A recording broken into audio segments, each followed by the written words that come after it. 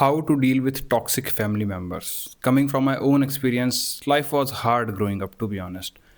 And a lot of suffering went in the way just to deal with the toxicity at home.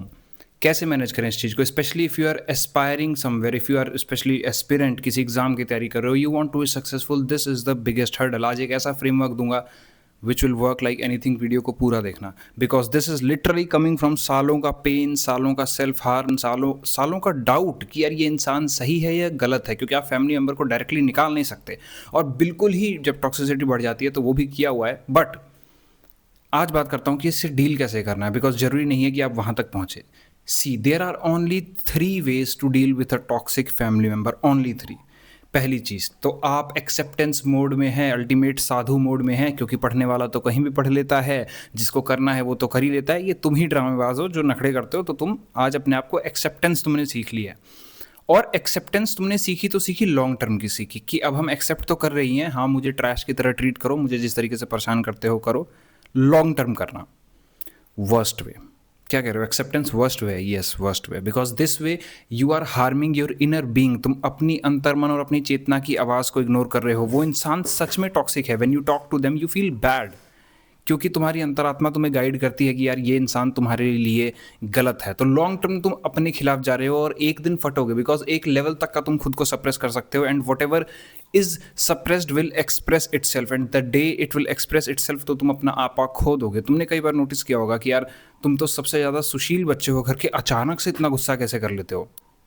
इसीलिए क्योंकि तुम दबाते हो. जहाँ गलत हो रहा है वहाँ गलत को गलत बोलते नहीं हो. और ना सिर्फ तुम चुप रहते हो, तुम लॉन्ग टर्म के लिए चुप रहते हो, तो एक दिन फटोगे.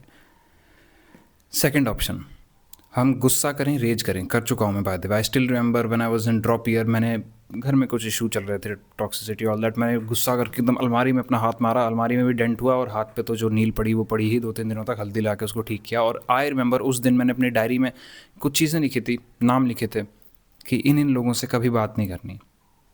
ऑल दो फैमिली होती है तो आप छोड़ नहीं सकते. मैंने करी बात एंड टू द पॉइंट. काफ़ी सालों तक मेरी लाइफ और हेल होती रही. एनीवे, आज बात करता हूँ कि या तो तुमने एंगर करके एक्सप्रेस कर दिया, या तो सामने वाले पे एंगर कर लिया, या अपने ऊपर कर लिया. बेसिकली तुमने अपने रुद्र रूप दिखाया कि भाई ये चीज़ गलत है, but this was temporary. Again not a good way, rather worst way. या तो इसमें तुम सेल्फ हार्म करोगे. I have legit done so much self harm. मैंने गुस्से में आके बिकॉज ऑफ फैमिली मेम्बर्स खुद को मारा है, और बहुत ज़्यादा मारा है. आदत सीख ली थी घर से कि जब भी फ्रस्ट्रेशन हो, देवर एस्पिरेशनल फैमिली मेम्बर्स जो ऐसा किया करते थे गुस्से में, सामने वाले को तो मार नहीं सकते तो आप खुद को ही मार लेते हैं कि मैं ऐसा करता क्यों. एनीवे, सीख लिया, खुद को मारता था भाई, क्रेजी. तो worst way, expressing your anger. पहली बात तो तुम खुद को भी सेल्फ हार्म इसमें कर सकते हो. दूसरी बात, अगर वो इंसान तुम्हारे गुस्से से तुम्हारे लिए केयर करता तो वैसे भी करता ही ना तुमसे वो बदतमीजी. ये जो उसकी आदत है वो बदल चुका होता. They clearly don't love you, या उनके नेचर में है. That is why narcissistic people are not just habit. Narcissism एक हैबिट नहीं है, इट्स पर्सनैलिटी ट्रेट. पर्सनैलिटी है, देयर कोर ऑफ बीइंग है. गुस्सा करके तुम उसको सही नहीं कर सकते. तो इसका उपाय क्या है? टेम्पररी तुम्हें राहत शायद मिल जाए. और उसमें से भी कुछ लोग ऐसे होते हैं जिनको राहत नहीं मिलती. जैसे मैं अगर गुस्सा करके किसी को बहुत ज़्यादा कर लूँ, I feel drained after that. मेरी अपनी एनर्जी खत्म होती है, क्योंकि जब मैं काम करने बैठता हूँ फिर मैं काम नहीं कर सकता, दिमाग में वही चीज़ चली जा रही है.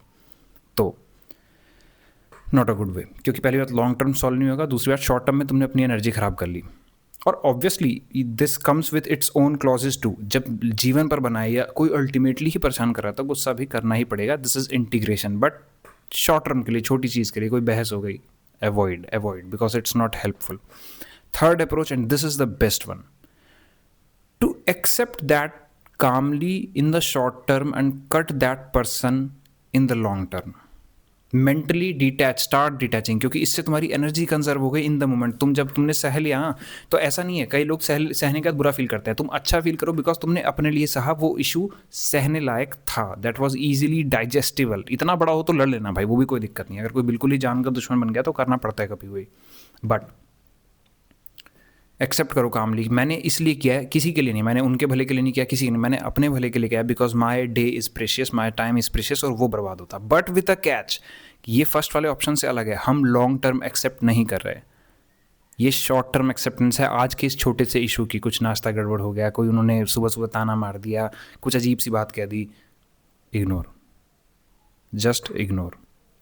एंड लॉन्ग टर्म एक एजेंडा बनाओ कि मैं इस इंसान से डिटैच रहूँगा, इससे मुंह नहीं लगना भाई, इससे बात नहीं करनी।